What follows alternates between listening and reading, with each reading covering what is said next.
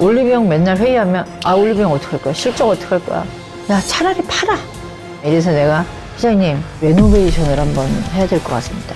밋밋하게 한 걸 우리가 이렇게 세웠어. 그때부터 조금 더 가맹점률이 높아졌어요. 이게 올리브영에서 팔고 있어요. 전 추천드립니다. 저는 치약에 대해서 되게 예민한 게 입으로 들어가는 거잖아요. 먹는 거잖아요. 치약도 블렌딩 하시는. 네.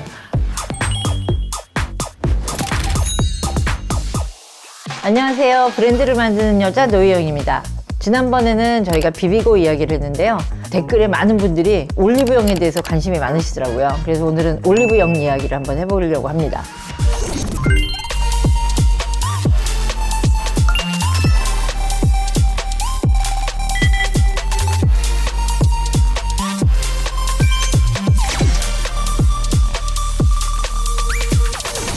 국무님이 CJ 갔을 때는 올리브영 이미 있었죠? 그럼요. 올리브영은 1999년부터 있었어요. 정말 올리브영은 대한민국의 1등 브랜드가 이미 됐고요. 왜냐면 이제 해외 관광객들이 오면 면세점을 안 가고 오히려 올리브영에 와서 쇼핑을 하는 게 일상화되듯이 매출이 이제 5조를 바라보고 있습니다. 그래서 정말 너무 자랑스럽고, 그래서 사람들이 갑자기 막 올리브영이 엄청나게 성장하고 떼돈을 번 기업이라고 생각하는데, 사실 저희 나름대로 엄청 고생한 브랜드입니다.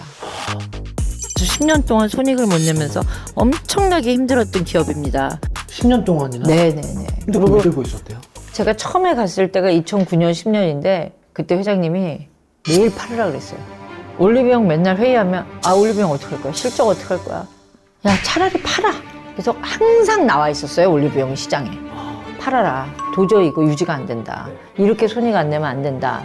지금은 헬스앤뷰티라고 아주 이 이름이 좋지만 그때는 약국도 아닌 것이, 이게 잡화점도 아닌 것이. 왜냐면 우리나라 약국이 되게 강하고 셉니다. 못 팔게 하는 힘이 굉장히 세요.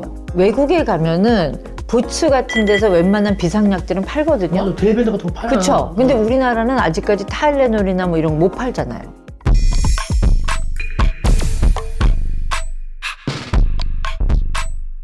그 다음에 이제 99년 이럴 때는 또 뭐가 있었냐면 미샤, 저가 브랜드들 전부 명동에다 매장 내고 너무 잘 되고, 그 다음에 제일 어려웠던 건 방문 판매.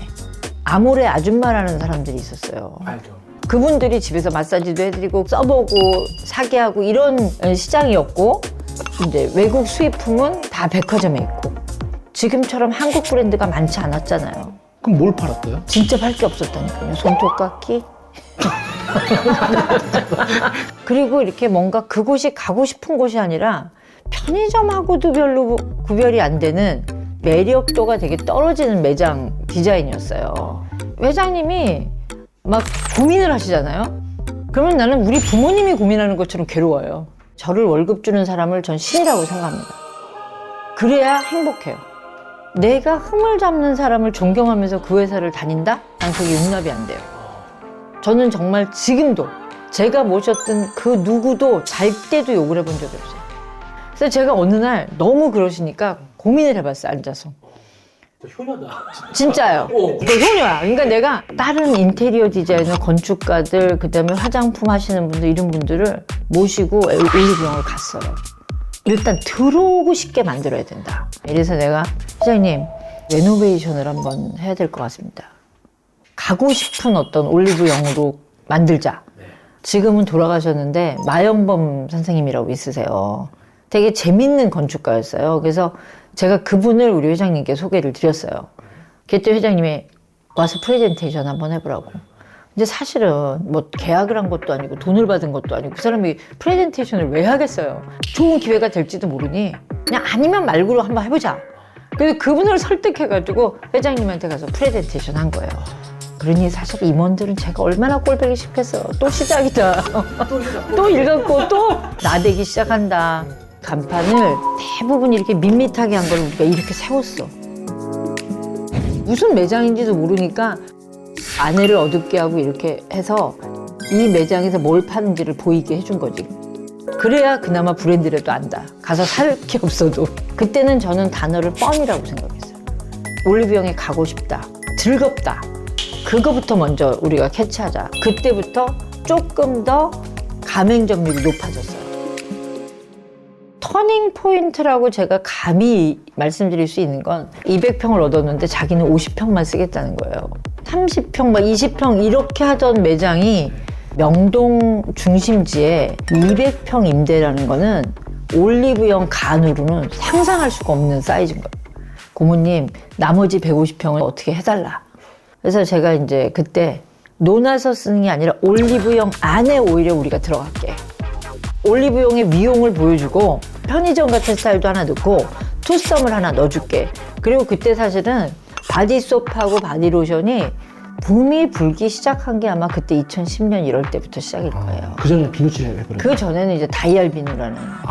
비누. 물론 이제 그 전에 당연히 여자들은 폼 클렌징을 썼는데 어쨌든 바디까지는 아직 오지 않았었어요.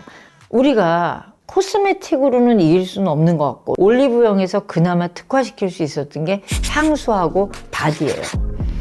바디를 어떻게 써보게 하냐고요. 그래서 제가 우리 매장에다가 다 익스피리언스 센터를 만듭시다. 우리는 앞으로 할 수 있는 방법은 그거밖에 없습니다. 근데 이제 그건 사실 외국은 이미 시작했었거든요. 야, 우리도 그런 의무를. 근데 그 디자인이 수전에 여러 명이 붙을 수 있게. 왜냐면 그 한 번에 하나씩 하면 또 줄 서야 되잖아요. 그러니까 동그랗게 해서 거기에 쫙 세웠었어요. 여러 가지. 거기서 이렇게 펌핑 해가지고 쓸 수 있게. 지금은 왜 너무 흔한 일인데 그때는 깜짝 놀란 거죠, 사람들이. 뭐지? 매장 한가운데 수전이 있어서 하고 씻어보고 심지어 샴푸를 해줘보는 그런 코너도 제가 만들었었어요. 그 다음에 이제 향수를 명동같이 막 길거리에 막 감자튀기고 있고 막 이런 데서 뿌려보면 이 온 냄새가 합쳐져서 냄새를 잘 못 맡아요. 근데 제가 그 펄퓸 박스라는 룸을 만들어서 그 안에 들어가서 테스팅하게. 그러니까 사람들이 와, 이거 좋다. 막 이런 붐들이 일어나기 시작했고, 그래서 올리브영이 마치 모든 이런 뷰티 컨텐츠의 테스트장.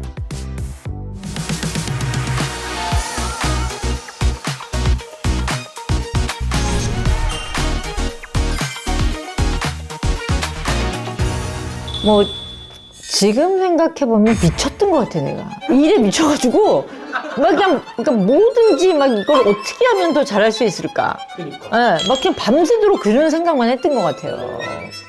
내 경쟁 상대가 누군지 똑바로 알아야 되는 것 같아요. 어떻게 보면 올리브영은 약국과 경쟁할 수도 없었고 화장품 회사하고 경쟁할 수도 없었던 그 안에서 자기만의 어떤 독자 세계를 만들지만 또 그렇다고 해서 아주 저쪽으로 갈 수는 없거든요. 그거를 굉장히 정확하게 알아야 되는 것 같아요. 그래서 우리가 바디하고 향수부터 시작했던 것이 굉장히 주요했던 것 같습니다. 국내 중소기업의 코스메틱 브랜드들과 협업이 오늘날 K-뷰티의 사랑받는 브랜드를 만든 게 아니었나 하는 생각이 듭니다.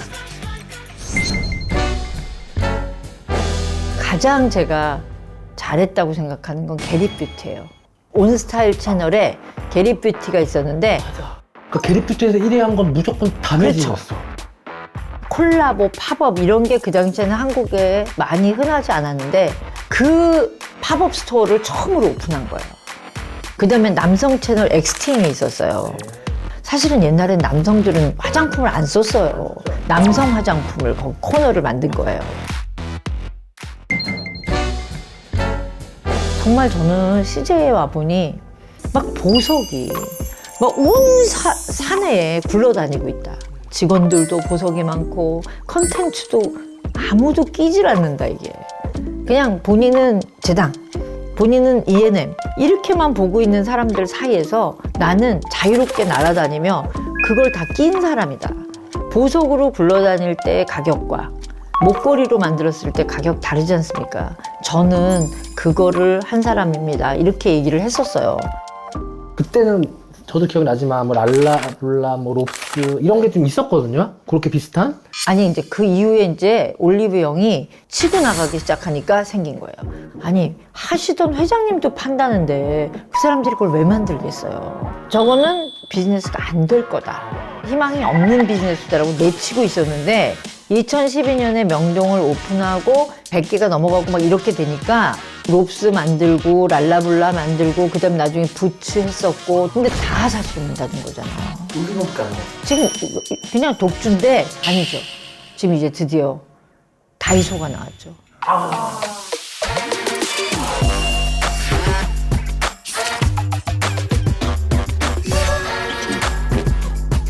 그러니까 브랜드는 저는 인간의 생명이라고 똑같이 생각하거든요.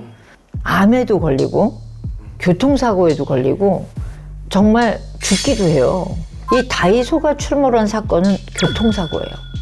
나만 혼자 운전 잘한다고 잘 가는 게 아니에요. 매장도 너무 많고 너무 싸고 게다가 오늘 아침부터 이제 일일 배송을 시작했어요. 당일 배송인가? 그러니까 이제 이게 지금 위기 상황인데 사실 저는 맨날 그 얘기를 해요. 아이폰하고 삼성하고 기계적인 설비로 보면 삼성 갤럭시가 더 편하다는 사람이 많아요. 그럼에도 불구하고 아이폰을 쓰는 사람들은 사랑해요. 애플을.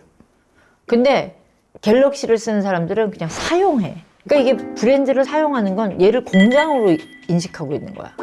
얘는 나로 인식하는 거예요. 그래서 나와 동일시되는 브랜드를 갖고 있는 거는 아직까지 올리브영일 거고 편의성에 대해서 가성비에 대해서 이걸 무시할 수 없어요. 그래서 다이소도 위협의 요소는 있어요. 국내 시장으로 보면 뭔가가 새롭게 뭘 하나는 치고 나가야 될 것 같다는 생각합니다.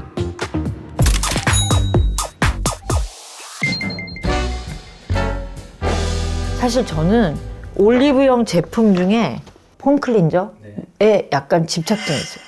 나는 그 클렌징 폼은 계속 막 바꿔봐요. 게다가 이게 뭐 세일이어서 대용량으로 싸게 나왔더라고. 독도 클린저예요, 독도. 예. 네네네. 이것도 많이 쓰고 사실은 오늘 이것 때문에 사오신 거예요? 네네네. 그리고 아니 쓰는데 대표님 할인 없어요? 대용량 없어. 왜 안 했지? 해줘야 될 것 같아요. 마녀. 네, 마녀 공대. 이게 되게 둘이 좋아요. 그리고 제가 이에 치아에 되게 예민해요. 왜냐면 제가 어렸을 때 교정을 2번 했어요. 생각해봐. 내 나이에 초등학교 5학년, 6학년 때 교정한 사람 아마 대한민국에 몇 명 안, 나는 사기를 당했을 거라고 생각해. 그래서 이에 되게 예민해요. 특히 이게 입으로 들어가는 거잖아요. 먹는 거잖아요. 저는 매운 거, 짠 걸 전혀 안 먹어요.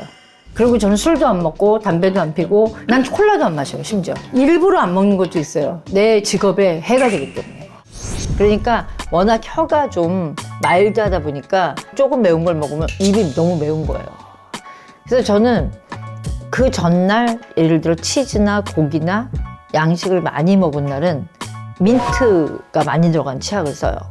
근데 우리나라 한식을 먹고는 민트 치약을 못 써요. 왜요? 매워. 아니 일단은 동안에 되게 매워요. 치약 몇 개 쓰시는데? 전 진짜 한 적어도 5-6개 쓰는 것 같아요. 사실 치약에서 중요한 건요 불소 함유량이에요. 치석과 충치에는 제일 중요한 게 불소거든요. 근데 사람들이 그 불소가 높으면 또 안 좋다는 말을 많이 하는데 1450 이상이 돼야 좋은 치약이에요. 사실 우리나라 치약 중에 정말 함유량도 좋고 가격이 싼 건 이 2080이에요. 정말로요. 한국 그 국내 치약 중에는 이 2080 요게 좋고요. 그 다음에 해외 것 중에서는 사실 요게 좋아요. 전 추천드립니다. 이게 올리브영에서 팔고 있어요. 저거잖아요. 그거 가글. 가글 하는데 그 치약도 나와요. 그러니까 저는 이렇게 오늘은 내가 약간 매운 걸 먹었으니 오늘은 민트가 없는 걸로 써야지. 또 오늘은 치즈 같은 걸 많이 먹었으니까 민트 있는 좀 화한 걸 써야지. 그리고 사탕 먹고 예를 들어 한 30분, 1시간 안에 있다 그러면 소용이 없어요. 그게 남아있어. 네? 그럼 그때 못 써야 돼요? 단 거 먹고는 당연히 이 충치, 이 불소가 함유 많이 된 걸 써야죠. 김치 먹고. 김치 먹으면 솔트 치약을 써야 돼요. 솔트 치약 여기 있어. 여기 있어. 거짓말하는 거 아니죠? 아니야 진짜. 네, 솔트 치약. 네, 김치나 한식 쪽을 먹었을 때 이건 왜냐면 그 느낌이 약간 짭짤한 거밖에 없어요. 그러니까 저는 솔트 치약을 권합니다.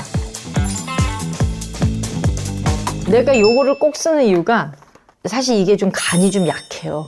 그럼 요걸로 간을 좀 맞춰 내가. 솔트로. 아무리 치약이지만 너무 간이 좀 안 맞으면 재미가 없으니까 이렇게 짜. 그런 다음에 이렇게. 이렇게 소금을 딱 맞추면 간이 딱 맞아요. 네, 바디워시도 그래. 저는 다이알빈으로 꼭 씁니다. 너무 비누만 뻑뻑하니까 이제 바디워시를 넣고 그다음에 이제 다이알빈으로 쫙 해가지고 쫙 씁니다. 미국 영화 보세요. 모든 저기 외과 닥터들 수술할 때 보면 다 다이알빈으로 쫙 하고 그게 왜냐면 항균 비누거든. 어떤 사람들은 그냥 좋으면 계속 쓰잖아. 근데 나는 이제 그걸 못 참는 거지. 지루해. 그러니까 뭐든지 저는 다양하게 써보면서 이제 경험을 하는 걸 좋아하거든요. 이게 나는 돈벌이라고 생각합니다. 그래서 저는 예전에 회사 다닐 때 아침에 눈을 뜨면 너무 행복했어요.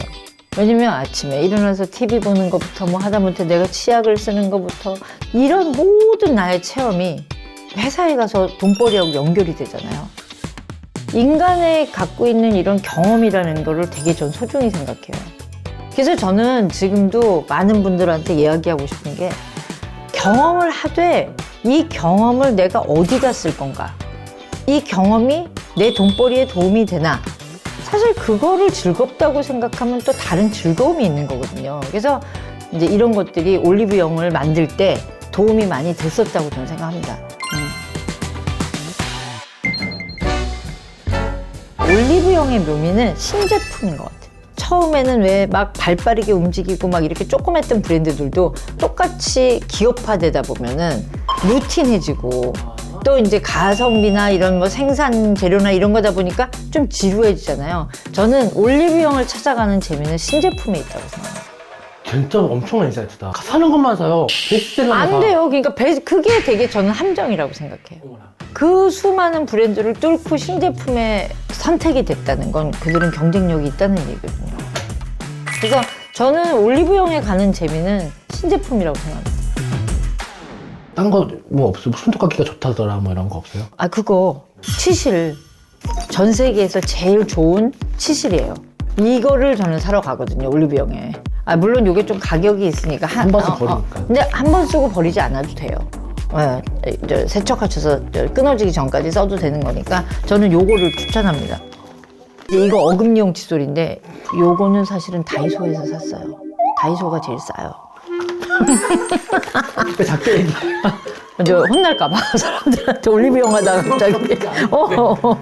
그래도 제가 제주도에 조그만 집이 하나 있어요. 제 유일한 낙이 그 제주도만 가면 다이소에 매일 한 번씩 가. 나 멤버십도 있어. 다이소 멤버십. 저 진짜 심지어 우리 식당에서 다이소 글을 쓰는 것도 있어. 사람들이 몰라요. 다이소 꿀팁을 한번 할까봐. 아니 이렇게 많은데 우리 구독자분 선물 줄까요? 뭐 그러세요. 뭐든지. 뭐 드릴까요? 어떤 걸 드릴까? 좋은 걸 드려야 되지 않을까? 아, 그거. 내가 아까 얘기했잖아요. 올리브영에서 산 이거 세트로 이렇게 할까봐, 우리. PPL 안 해주고? 네네네. PPL? 그럼 이거 섞어서 줄까봐? PPL도 아닌데 섞어주지 뭐, 내가. 그래서, 제 채널에 오셔서요.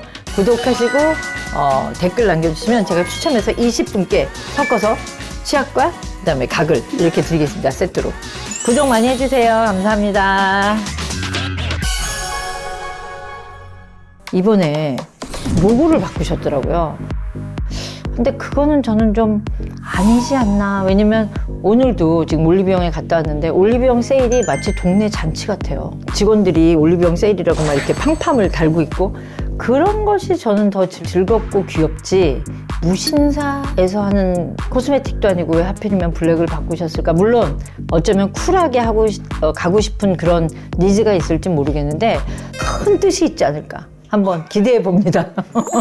뭔가 아니 그건 아니야. 그게 아니라 그래도 이 정도 되는 기업에서 그렇게 로고를 바꿨을 때는 또 나보다 더 큰 생각이 있으리라 본다는 거죠. 모두 뺐대. 그러니까 올리브 0이더라고요. 올리브 0으로 그냥 했는데 큰 뜻이 있을 거다라고 믿어보겠다. 오늘은 YG 엔터테인먼트와 만들었던 삼거리 푸족간을 소개하려고 합니다. 처음에는 뭐 무조건 애프터는 다 우리 집에서 했으니까 빅뱅이고 2NE1이 블랙핑크 누구든 비극은 그때부터 시작이에요. 왜요? 이 250평짜리 매장 가면은 손님 4테이블. 진짜 제가 그때 이래서 망하는구나 사람이. 내가 CJ에서 받은 퇴직금 다 날리는구나 막 이런 생각도 들고